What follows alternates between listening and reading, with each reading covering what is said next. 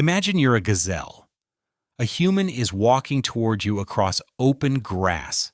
You have maybe 2 seconds to decide, is this nothing or the last mistake you'll ever make?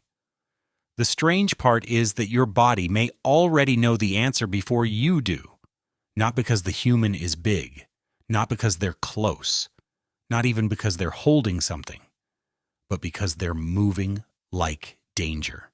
For a long time, scientists assumed animals couldn't make that distinction. A human was a human. A threat was a threat. But experiments have quietly taken that idea apart. Some animals can tell the difference between a human who behaves like danger and one who doesn't. Not by reading minds. They read patterns, voice, movement, posture, smell. Before the weapon is raised, before the attack begins, before the danger ever becomes obvious to us. And that is the unsettling part. This is the story of how they do it, and how much they may have always known about us. Start in Kenya, in a place called Amboseli National Park. 2 groups of people live near these elephants: the Maasai, semi-nomadic herders who have had more direct conflict with elephants over land and water, and the Kamba, farmers who, in that region, posed far less threat to them. To you and me, a Maasai man and a Kamba man, saying the same sentence, sound like 2 people speaking 2 languages. Nothing more. To an elephant, they sound like the difference between life and death. A team led by Karen McComb at the University of Sussex tested this. They recorded men from both groups calmly saying the exact same phrase. Look over there, a group of elephants is coming. Then they hit a speaker in the grass and played those voices to 47 elephant families over 2 years, 142 times. The elephants were not confused. When they heard a Maasai man's voice, they bunched together, forming a tight defensive circle, with their young hidden in the center, and lifted their trunks to smell the air. When they heard a Kamba man's voice, saying the identical words, they barely reacted. They weren't responding to volume. They weren't responding to the words. They were responding to who was speaking, and how dangerous that kind of person had been to them before. Then the researchers did something clever.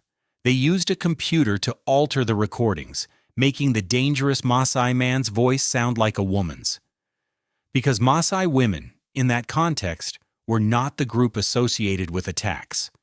If the elephants were just reacting to deep male voice equals danger, this should have fooled them.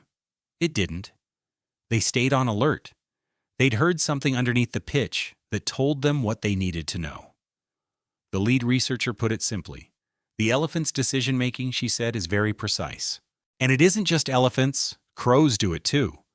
They can recognize individual human faces. And when certain people have trapped or threatened them, they can warn other crows about those same faces. They're not afraid of humans in general. They're tracking what kind of danger a specific human represents. Mountain lions do it too. In one California study, researchers played ordinary human conversation near pumas.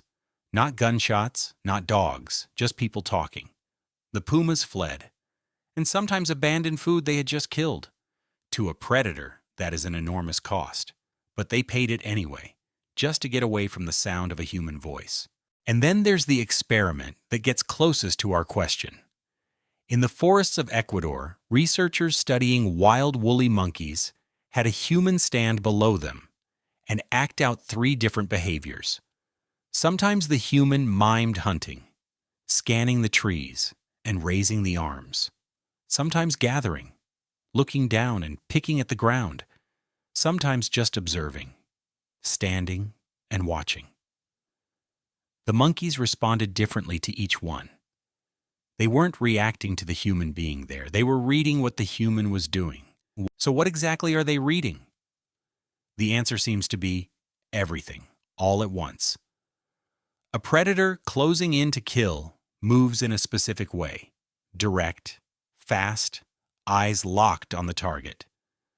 That movement pattern is something prey animals have been calibrated to detect across millions of years. It's the oldest danger signal there is. A person who isn't hunting moves differently, slower, less direct. Their attention drifts. They don't fixate. And their body isn't doing the thing a predator's body does right before it commits. Animals read posture, the directness of a gaze, speed of approach, the tension in how a body moves. Smell may matter too. Many animals can detect chemical changes linked to stress, fear, or aggression, signals humans barely notice, but other species may treat as information.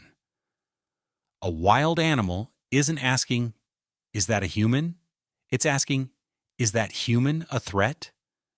And gathering the answer from a dozen signals at once, most of which we give off without any idea we're doing it. And this is where rescuers become interesting. A hunter and a rescuer may both walk toward the same trapped animal, but they do not move the same way. A hunter usually increases pressure, direct approach, focused attention, something raised toward the body. A rescuer, a good one, tries to remove that pressure. They slow down. They pause. They avoid sudden movements. They crouch lower. And crucially, they often touch the thing trapping the animal before they touch the animal itself.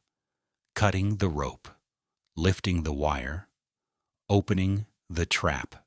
To the animal, that human is no longer behaving like a predator attacking its body. The human is interacting with the danger around its body and the attack it's braced for. The one its whole nervous system is waiting for never comes. A hunter moves toward the body. A rescuer moves toward the trap. A hunter makes escape impossible. A rescuer makes escape possible again. The animal may not understand kindness, but it can feel that the pattern has changed. And in a rescue, that may be the only difference that matters. The human is not closing the hunt. The human is breaking the trap. Now I have to be honest with you because the science demands it. Knowing an animal behaves differently around a hunter is not the same as knowing what it understands.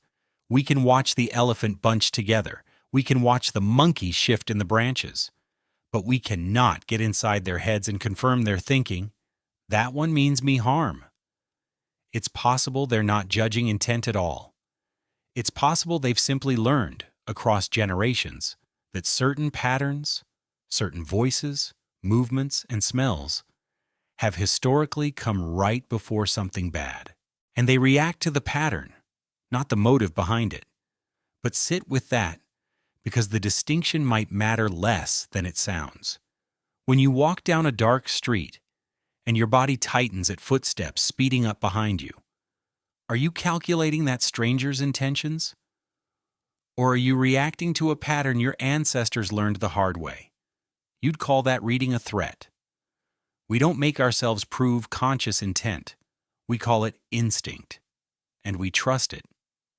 Because the ones who trusted it survived. The elephants are doing the same thing we do. They've just been doing it longer. So can a wild animal tell a hunter from a rescuer?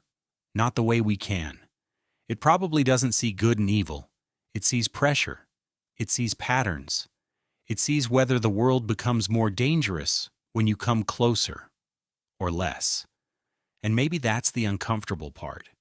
In the wild, your intentions matter less than your signals, because an animal may never know what kind of person you are, but it may know exactly what kind of animal you look like.